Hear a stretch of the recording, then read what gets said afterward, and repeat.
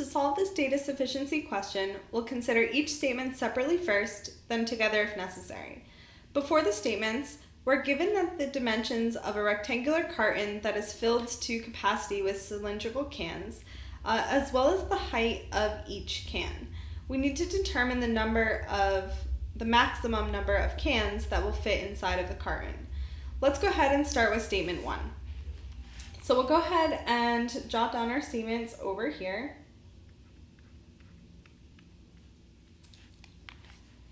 And we do have all the statements here. The question is a bit long, so it got cut off a little bit. It's hard to fit all of it on one screen. So starting with statement 1, we are going to be using the formula for volume of a cylinder. So if we recall, volume of a cylinder is given by V equals pi r squared h. And this corresponds to the area of the bottom of the cylinder times the height, which would give us our three-dimensional volume here. We can calculate the radius r of the can, since we're given the actual volume for the statement 1. So plugging in our statement 1, we have 62.5 pi equals pi r squared times h. And h in this case represents the height of the can. And we're told in the question that if the cans are 10 centimeters high. So we actually know the value of h right off the bat.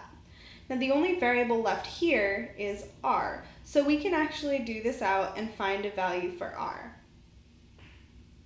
So r would equal some number. We don't really need the number to reason this out. If we have the value of r, we would be able to find the diameter of each can. Now along the length and width of the carton, we would be able to divide out the diameter to find out how many cans fit along each side. So how many cans would fit along the length of the carton, so over here, and how many cans would fit along the width of the carton. So if we know the diameter of each of these cans, we'd be able to take the length and width and divide out that diameter and find how many cans fit on each side. Multiplying then, if we know how many cans fit along the length and how many cans fit along the width, we can multiply those numbers to find the area of the amount of cans. So this statement alone is sufficient. All we really needed to know was the radius, because the radius is half of the diameter, and if we know the diameters, we would be able to find how many cans are in the carton. Now we don't actually need to do out all of the calculations. We can just reason that out by thinking about what we need and deducing how we would use this information.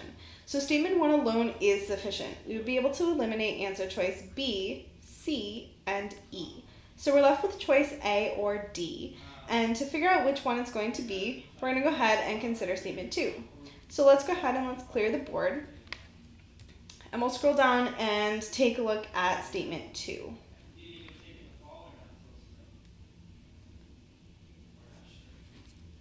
For statement 2, we're given that the area of the base of the rectangular carton is 1,350 square centimeters. Knowing the area of the base of the carton is not enough information to determine the diameter of each can, since we need the diameter of each can to see how many fit along each side. Thus, we cannot determine how many cans fit along the length and the width of the carton, which we need in order to answer the question. So this statement alone is not sufficient. If this statement alone is not sufficient, we can eliminate answer choice D. I'm scrolling up a bit to see all of the answer choices. Our final answer choice would be choice A. Statement 1 alone is sufficient, but statement 2 alone is not sufficient.